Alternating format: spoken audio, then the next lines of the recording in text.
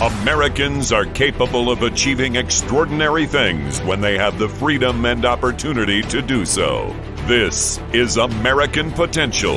And here's your host, Jeff Crank. All right, well, welcome to another edition of American Potential. Thanks for being with us, and thanks for joining us. The success of the podcast is growing. It's incredible. Our direct downloads are going through the roof, and our views on Facebook and YouTube. A lot of people watching the podcast now on YouTube. And we've got a great topic for you today. You know, to be considered for most jobs, you have to have a degree or a license showing you have an understanding of the profession. And with certain licenses, the state you live in determines how many hours of training are required to gain that license. And this is true for things like being a realtor, being a nail technician, or a barber. Why is this important? Simple. It creates a government-imposed barrier to success. And there are many people in poverty in America who have great talent to cut hair. But because government requires thousands of hours of training, success is out of reach for so many people who could have success otherwise. And again, because the government erected these barriers. And when it comes to cutting hair, the average number of hours required in most states is around 1,500 hours. And in Iowa, they just lowered the number of required hours from 2,100 hours to 1,500 hours. So how does this change affect people pursuing a license in Iowa? And how do salon owners feel about it? On today's podcast, we have a father and daughter whose family owns and operates multiple Great Clip salons in Iowa and Nebraska. And they were a part of getting these hours reduced. And I want to welcome Sam Reges and Jerry Akers to the show. Sam, thank you for being with us. Thank you for having us. Yeah, Jerry, thanks for joining us. It's been a pleasure. We're going to enjoy talking to you about this subject, Jeff. Okay, now listen, first thing I hear, Monica tells me that Sam shares her wedding anniversary, which is July 3rd, happy anniversary a couple weeks ago, with your parents, your grandparents, and your great-grandparents. You all get married on the day before Independence Day? It's excellent. Absolutely. We followed up with a holiday, so people have all the time off to celebrate. That's really cool. Was this something planned, Jerry? For me, it was planned. Well, you know, my wife would like to be married on a day that means something to her family. But for me, many husbands forget their wedding anniversary date. This makes it much less likely I'll forget it the day before the 4th of July. You're smart thinking, Jerry. That was pretty good. But how about your parents and your grandparents? Same thing? Same day? My mom's parents and grandparents. Oh, okay. Gotcha. Mm-hmm. Okay. Yeah, that's incredible. Well, that's kind of a neat tradition. That's pretty neat. So, well, we get the chance to celebrate together. And again, it's on the 4th of July. So many times we're celebrating a long weekend.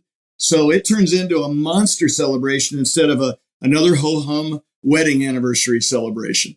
Yeah, well, that's neat. And look, I'm really excited about this. What a great success story. First, I want to talk about your business. How many Great Clip salons do you all own? How did you get into the franchise? And I'd love to hear your story about how you built this business, Jerry.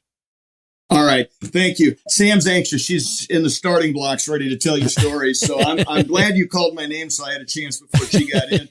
You know, so I was in corporate America like many people, and we were doing investments in real estate and a variety of other things. And I was actually coaching. I was doing business consulting, coaching a business broker who I helped him with some businesses, improving them so he could resell them and so on.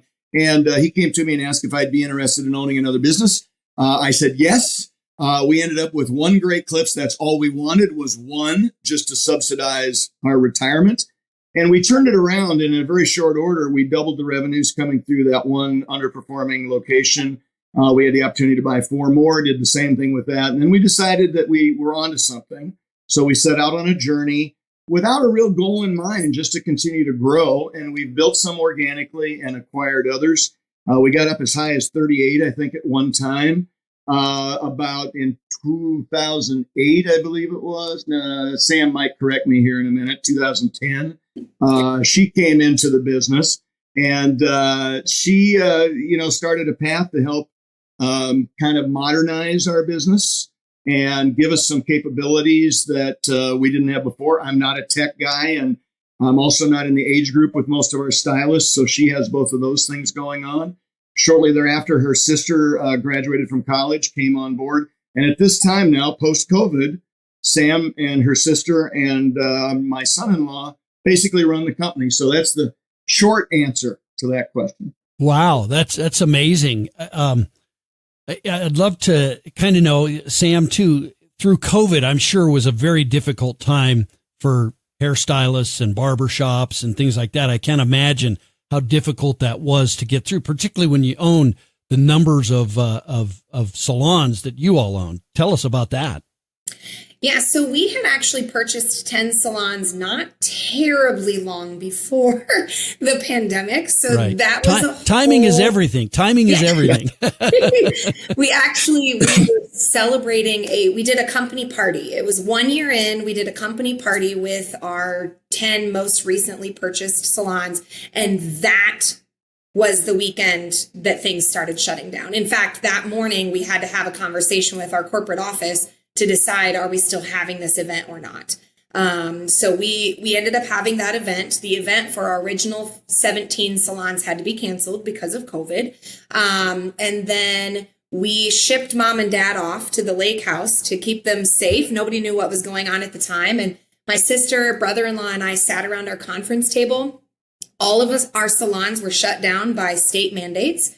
And for, I think it was maybe 8 weeks or so. And we sat at a conference table and just scratched our head every day watching, conference calls with the governors and all of that, just trying to figure out, how do we stay alive after this? How do we survive? How do we get our staff back? How do we keep them safe when we come back?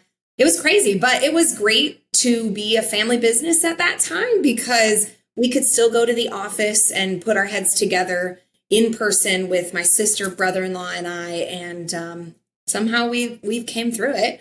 And then, of course, timing again, we decided we'd buy 9 more salons a year after the pandemic was going on, because why wouldn't we do that? That makes total sense. Yeah. That's incredible. Now, I feel like I can ask this because I already see the interaction between father and daughter here. But Sam, you have to tell me, what's the best and worst thing about working with your dad? I would say the best thing is that my dad and I are very much alike. And so we can really complement each other when we are working on projects together. Or my favorite thing, years ago, we would do training together and we could just banter almost back and forth and have a great time doing that. And I would say, now I do all of the training, but I learned all of the things that I know on training from him, which was great. One of the worst things I would say, and you'll hear from other next generation business owners the same thing, is that when you're in a family business, sometimes you aren't sure if the generation one is in or out. Like any day it could flip. And so there are times where we'll make a decision about something that we thought they didn't care about anymore. And then all of a sudden we'll find out, oh, they wanted to know about that ahead of time, or, oh, they wanted to have a say in that or something. So it's, with time, things continue to move forward, and that's changing a little bit now for sure. But that's one of the hardest things, I would say. All right. Now, I don't want this to become a family therapy session or I'd have to charge you. But Jerry, I'm going to give you a moment to rebut. Oh, yeah. Well, absolutely the best thing, both with Sam and her sister and even our son-in-law, is the pride and so on that goes with being able to hand off our baby, something that we built with our sweat and, risk and all those kinds of things, and know that it's going to not only survive, but thrive under new ownership. So that is absolutely the best thing, knowing that they're taking the things we trained them on as well as things they brought from their other life to make it better. And the worst thing really is, for me, worrying fairly often as to what they're thinking about this. Just like Sam just mentioned, should I step in? Should I stay out? Was that comment taken correctly? Those kinds of things. Because really at this point in time, my wife and I are pretty much out of it. We still have oversight and so on, but it is it is a tenuous situation some days for a very short period of time when we're trying to figure out some of the moving pieces. So there you go, Jeff. Well, no, and I appreciate that. And you know what? Just, I think anybody watching or listening to this podcast can tell right away that you're a very close, there's a close relationship between the two of you. And, that's something that I think a lot of family businesses don't understand. There's a lot of maybe tension throughout, doing business with anybody in your family, but it also builds bonds that maybe other families don't have the opportunity to build. So that's great. And I think people can tell just by seeing the interaction that you two like each other. Let's put it that way. We get along pretty well. And I'll just interject something quick and turn it back to you. But one of the most prideful things in my life is my two daughters are looked at by 700 or 800 other franchisees in our system, as well as others through our involvement in IFA and NFIB and things like that, as being rock stars. And at their age, to have people my age who didn't know them before their interaction in business, looking up to them, taking advice from them, taking tools that we've built or that they've built and using them in their business. I mean, I just can't describe how proud that makes a father to know that, maybe you did something right along the way and they turned out okay. And it's not just you being prideful looking at that, it's others telling you that. Yeah. No, I think that's right. That's right. Jerry, let me ask you, how did Iowa, let's talk about this licensing issue. How did Iowa compare to other states? We see this across the United States a lot of times. And these hours, these licensing hours that are used, a lot of times become a barrier for success for the average citizen. And it's used by people in the industry to keep out competition, right? And that's, you see that state after state. But how did Iowa compare to other states when it came to how many hours were required? Well, you mentioned it in the opening. It was onerous. It was unbelievably burdensome for populations that can't afford to have that kind of a burden. So 2,100 hours was the highest. I think there was one other state that was around 2,100 hours in the United States. And it was just ridiculous. I worked 8 years on this, talking to people in our state capital, trying to work through the system. And it was terrible. We'd hear stories from stylists who couldn't pay their rent because they had to make this student loan payment. And so in Iowa, the schools are charging about $20,000 to $23,000 for the license itself, for the education.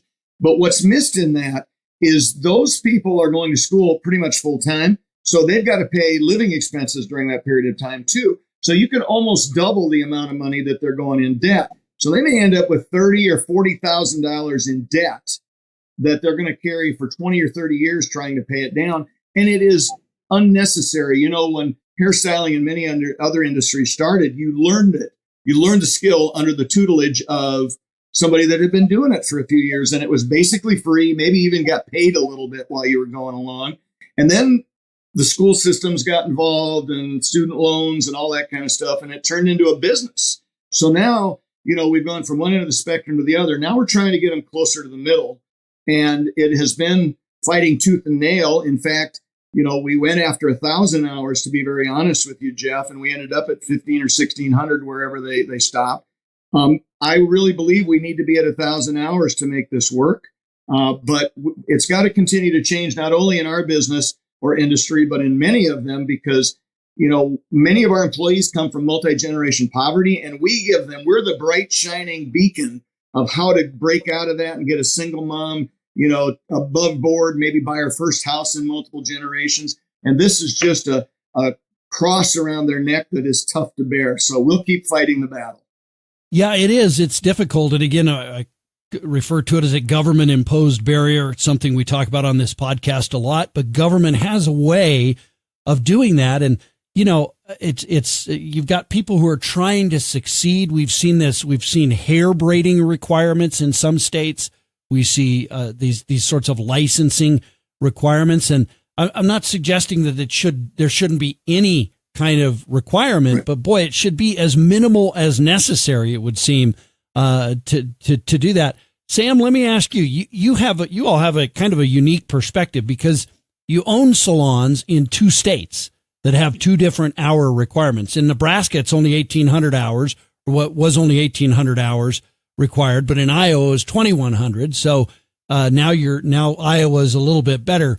Could you all see a difference in the skills of students coming out of Iowa compared to Nebraska, or did that training not have any difference in those two states? No, we didn't see a change in the skill level. So one of the things that, as I talk with my managers, I don't cut hair, but I've watched the magic that they do for a lot of years now. And I feel for my managers when they are out there working hard to try and train someone as they get out of school to cut hair in a salon. It's not the same, right? I mean, if you think about it, when you're in college and you're writing a paper, that's not what your job is going to look like when you get out, right? So we need the schools. We need them to teach them the basics, but then we kind of need them to be able to learn on the floor, as Dad was mentioning. So between Iowa and Nebraska, in both cases, regardless of the amount of hours that people were coming out of school, we were teaching them a lot of what they need to know about cutting hair once they're in the salon. Now, the schools teach them the basics. We need that. Right? Like we all need kindergarten to teach us the ABCs, or we can't read, write, talk, any of those things, right? That's what we need from the schools. A lot of times what we see is that the schools fill in a lot of extra stuff that isn't going to help them be better or more prepared, I suppose, for their jobs in the industry, their careers, hopefully, the way they see it. Right. Now, Sam, I'll ask you first, and Jerry, if you want to follow up, that'd be fine too. As you look at this, what about other areas? Like, what is it? How many hours would it require to be an EMT in Iowa, or some of these other licenses? I mean, it would seem that cutting hair, probably there were many more hours required of hairstylists than there were of some of these other areas. Can you speak to that, Sam? Absolutely. So my husband is actually a licensed EMR, which is barely a step below an EMT. He's a volunteer firefighter and EMR. And, as he was going through school, he would go to those classes evenings after his full-time job for several weeks and then take a test, and he's licensed. And he's out there first on scene trying to help keep people alive, right? I forget the exact number, but I believe that it was somewhere below 200 hours to get his EMR license, which is crazy to me because when it comes to cutting hair, theoretically, we don't have any lives that we have to worry about, right? I mean, we have to make sure that the stylists understand sanitations and keeping things clean and safe for the community around them. Obviously, we need to make sure of that. We've got to make sure they know how to cut the hair and make it look nice for all of us that are in, getting our hair cut. But they're not saving lives. And they're spending all of this time, as Dad was saying, being out of the work industry just to get this license. Yeah, that's crazy. Jerry, you have any thoughts on that? Well, Sam mimicked many of the things I've been saying over the years, so she didn't leave me much to talk about. But I believe 134 or 144, right in that range, is what an EMT, first level EMT, has to have in Iowa. And every time we have this discussion at a higher level, like in the state capitol or something, they say, oh, but that's just the entry level. The next level is like 600. And I'm like, it's 2,100 for hairstyling, folks. Nobody's going to die from a bad haircut. So let's get real about this. And frankly, knowing that the guy that's saving my life after a car accident only has 144 doesn't necessarily make me real comfortable either. So maybe we ought to have a few more there and a few less on hairstyling, But yeah, it's when you dig into the basics of this, it is simply ridiculous. We have talked internally about starting an apprenticeship system through our salons to bring kids in straight out of high school, because I know many of the underserved communities are not choosing to go into this industry, to your point, Jeff, because they learn of the cost and, going into debt and the time commitment and things like that. And they're just not going to move forward with that. With an apprenticeship, we'd have a chance to, keep their cost to nothing, basically, and even give them a small wage while they're going through it. And my bet is, since it's all hours related, even though we would be governed by a 1,500 hour mandate, we can do it way faster and way more efficiently than a school can do. So, again, the hours thing makes zero sense. So we'll keep fighting the battle. Yeah, it's such a barrier that's put in front of people that, again, that's what we have to think about are these people that are just trying to either claw their way out of poverty, make a living, make a life for themselves pay to put groceries, in the kitchen cupboards. It just is crazy that these are government. And again, the old saying, right? I'm from the government and I'm here to help you. These requirements, when you're trying to help enable people, hire them as employees, give them a nice wage so that they can take care of their families, but government is in the way with silly requirements like this. Jeff, can I jump on that for just a second? Sure. Because we know a number of students that have gone into school and over the time they've missed school, right? I mean, we all miss things, right? When it comes to being in any university, college, whatever. But they miss school. Well, that's understandable. They have to make those hours up. That's fine. But they get to the point where life happens. They have to miss for various things or even a job so they can pay their bills.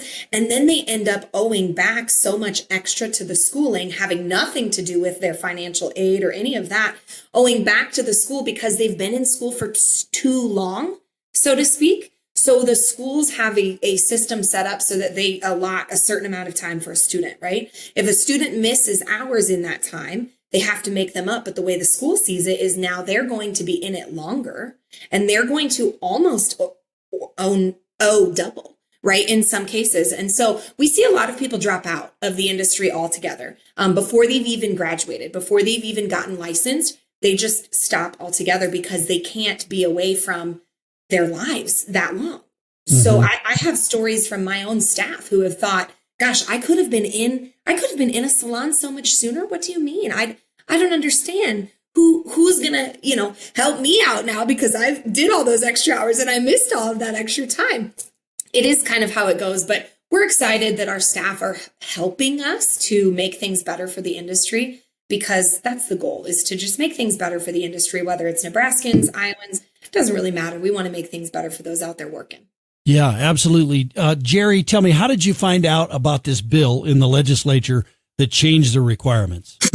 Well, after 8 years of beating a lot of people up in Des Moines, I'm pretty well known down there related to this kind of an effort. So I heard from, I'm on the leadership council for the NFIB of Iowa, so they track it. They would let me know. Certainly there's a couple lobbyists down there that I've worked with in the past that reached out to me and said, hey, this is going on. And then we actually had a guy I forgot his name now, but a gentleman from Americans for Prosperity that reached out to me and said, we've heard what you've been doing down here. We'd really like to have you be able to speak out on this. We'll help facilitate it and introduce you and so on. So that's really how that path, went forward. And a quick story about that. This is how committed we are. My wife and I had taken off to drive to our lake house, which is in northern Arkansas, in this past winter. And we had gotten as far as Branson, which is only an hour from our lake house. And they had an ice storm, so we stayed in a hotel. And I had barely settled in the hotel when I got a text message saying, tomorrow there's going to be a testimony, a hearing in Des Moines on this, and we really need you there. So I got my wife settled in and I packed up again, turned around and drove 7 hours back to Des Moines and got another hotel so I could get up the next morning and be there to do this. But this is what we live for right now, Jeff. Yeah, well, that's incredible. That great timing. As I said earlier, timing is everything, right? It sounds like right. Whether you're testifying on a bill or buying salons right before COVID. Sam, you testified as well. What were some of the stories you shared with the committee? Yeah, so I was thankful, again, that my staff were to help with this process. So I was able to share stories with the committee about staff who, when they were in school, once they got done with all of their classes and it was just a matter of waiting for customers to come in, they would be paying the school for their hours while they were sitting in the break room of the school scrolling on their phones. Because they had to wait for customers so that they could get credit for doing those haircuts or doing those services. I told a few stories about people who maybe weren't actually in the break room during those waiting times, because if they weren't there and nobody knew that they weren't there, they would still be getting their hours for school. Again, still paying the school for that time, but they were able to get hours that way. We talked about some schools who, don't get me wrong, I love fun, but some schools who spent the kids in school or the students in school spent time going to pumpkin patches or doing Halloween makeup.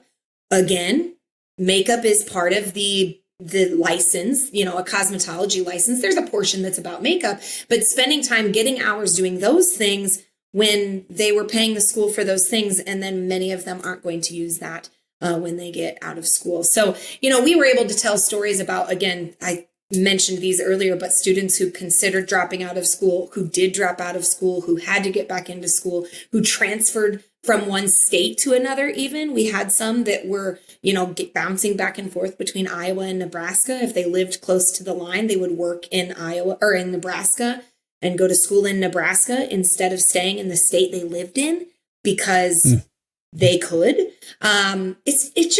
It's crazy to me, but I did want to jump back for a second. Tyler is the name of the lobbyist that got us into this. He was excellent. He was so much fun.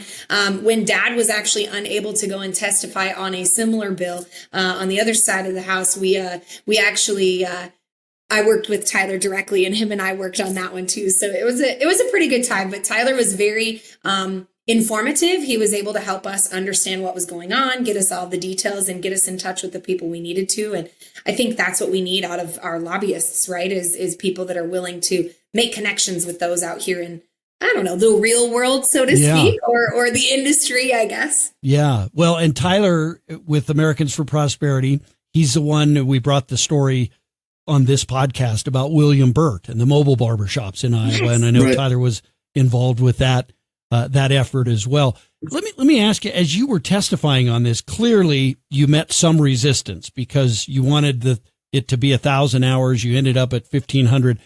What is the resistance to this? Where does that come from? Who is opposed to reducing the number of hours required? Well, I'll jump quickly on that one because I saw it firsthand in one of them that I testified on when Dad was unavailable. The schools are not excited about it. In a lot of cases, we see schools who are concerned about the amount of money that they will be bringing in if their students are there, for less amount of time. Our theory is they could have more students get in, because they're getting them through quicker. But a lot of times we'll see changes within the school system that aren't in favor of lowering those hours. And one of the things specifically that happened when I was testifying was one of the schools mentioned that keeping the hours where they were meant that we were able to modernize the industry by training on some of these additional techniques and so on. And my theory was, how are we modernizing the industry if we're keeping the hours significantly higher than what they were back then? And yet I still have to teach them how to cut hair when they get done with school. That doesn't make sense to me. That doesn't sound like any modernization that I'm familiar with. Yeah. Yeah. That's incredible. That I would have thought that it would have been operators like you who wanted to protect, not their monopoly, but just lower the amount of competitors coming into the market. But it sounds like it's the education establishment, the people teaching these classes that were most opposed to this. That's interesting. It is. And I think for good reason, right? They're concerned about the, community around them and those kinds of things. Again, that safety piece. But how long do we need to teach somebody about, the safety of how to clean their tools? I mean, that's my concern, right? And I understand we have to do those things, which is why I say I don't want anybody to get it twisted. The schools are important to us. We need them. In fact, we work hard to have great relationships with them. We absolutely need them to survive in this industry because there's some training that needs to continue. But we also need to make sure that their goal is to help improve the industry for those in the industry. Right. That's where I think we're missing something. Yeah. Well, as we wrap up, do you all have, and I guess I'll put this to Jerry first, and Sam, anything you might add as well, but do you all plan to be involved in getting any other laws passed now that you've gotten this one done? What's next for you? Well, first off, we need to keep fighting this fight, Jeff. We need to get those hours down significantly below where they're at. I think 1,000 hours should be the maximum. I think it actually could be in the 700 range because, to Sam's point, they need to learn the basics. And everybody in the industry knows these kids are coming out of school not knowing how to do the services and not knowing the things that they need to do to be successful. it's not the schools don't try, but a variety of things happen. So we've got to, if we're going to be coaching them and training them anyhow, let's cut the investment they put in up front, get them the basics for, $5,000 instead of $20,000 plus living expenses, and then get them back out and let us do our thing, which we're already doing. We'll just do it to a higher degree. So we're going to continue to fight this battle. Anything related to, and I own a couple other businesses, so there may be other things that I get involved in down there too. But for right now, we're going to focus on anything related to cosmetology. I'll put one more bug in people's ear as we're wrapping my part up anyhow. I come from humble backgrounds. I come from I jokingly refer to myself as a farm boy from Iowa because I grew up on a very humble farm. Dad worked in a factory while I was at a very young age trying to do a man's work on the farm. And I celebrate that because I learned so much about it. But the fact is, I understand people that don't have much in life because I've been there. And so our stylists are near and dear to us, single moms with 3 kids, struggling to make ends meet. We feel their pain. We do everything we can to help them. I won't go into all the details of what we do, but it's literally more than almost anybody else does. So when one of them posts a picture on our closed group Facebook page of them standing in front of a new home that they bought themselves as a single mom, and it's the first home their family's owned in 3 or 4 generations because they come from poverty, and they call us out and say, because we work for you and you trained us how to do a better job and you take good care of us, we're able to move our kids into a new to us used home, whatever, that we could never have done if it weren't for you and your company and your family. That gets me up in the morning. That keeps me going. All the rest of it's ancillary. Business is business. It'll do its thing. But anything we can do to help change those lives, we're going to continue to do. So this is only one step. Yeah, what a great story, what a great example, and that's really what it's about. I mean, you're giving back to your community, you're creating these jobs, and how many people out there are, able to put food on the table for their kids, able to have that new home because they're employed and because of the blood, sweat, and tears that you put into your business through the years. Sam, any thoughts on what you all might get involved in? Again, I think it's all about our staff. It's all about our people. So the things that they need our help with are the things that we're going to focus on. That's the stuff we're passionate about. They're the ones that keep us going. And if we can help them however we can, we will. So I think Dad he said it all. Look at that. He did.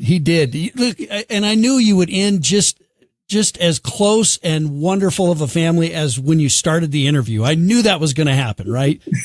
You guys are great. I really enjoyed it. What a great American story. I mean, you should be very proud. I know that you are, both of your success, but that of your children and of your business. So thanks for joining us today. Appreciate it.